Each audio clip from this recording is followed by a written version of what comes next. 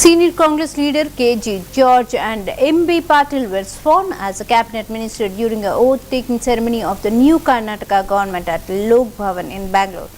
Their induction strengthens the first council of a minister under Chief Minister D.K. Shivakumar, and both leaders are among the prominent faces of the Congress in Karnataka and are expected to play a key role in the function of the new administration.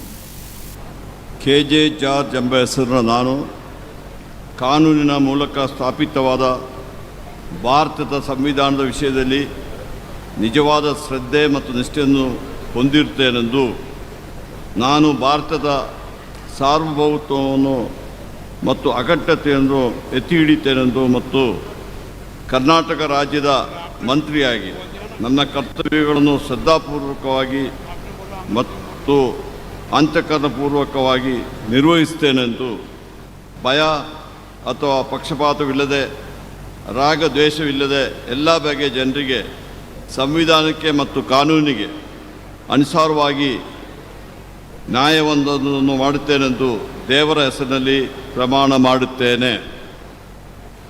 ನಾನು KJ George ಎಂಬ ಹೆಸರನ್ನು ನಾನು ಕರ್ನಾಟಕ ರಾಜ್ಯದ ಮಂತ್ರಿಯಾಗಿ ನನ್ನ ಪರ್ಯಾಲೋಚನೆಗೆ ತರಲಾಗುವ ಅಥವಾ ನನಗೆ ತಿಳಿದು ಬರುವ ಯಾವುದೇ ವಿಷಯವನ್ನು ವ್ಯಕ್ತಿಗೆ ಅಥವಾ ವ್ಯಕ್ತಿಗಳಿಗೆ ಪ್ರತ್ಯಕ್ಷವಾಗಿ ಅಥವಾ ಪರೋಕ್ಷವಾಗಿ ತಿಳಿಸುವುದಿಲ್ಲ ಅಥವಾ ಬಹಿರಂಗಪಡಿಸುವುದಿಲ್ಲ ಎಂದು ದೇವರ ಹೆಸರಿನಲ್ಲಿ ಪ್ರಮಾಣ ಮಾಡುತ್ತೇನೆ.